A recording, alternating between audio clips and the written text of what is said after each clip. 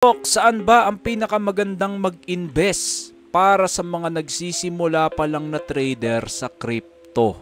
Para sa akin, ang pinakamagandang mag-invest kung nagsisimula ka pa lang sa crypto would be investment in education. Sabi nga ni Robert Kiyosaki, author ng paborito kong libro na Rich Dad Poor Dad, ang nakapagpa-brainwash sa akin, don't invest on something you don't know.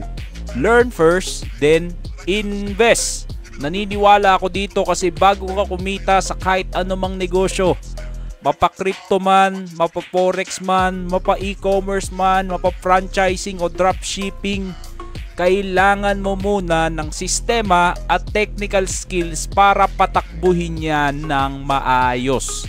So, ang number 1 na dapat mong unahin ay hindi pagpondo sa Binance, BitGet o Bybit. Ang una mo dapat unahin yung pagpondo sa knowledge mo.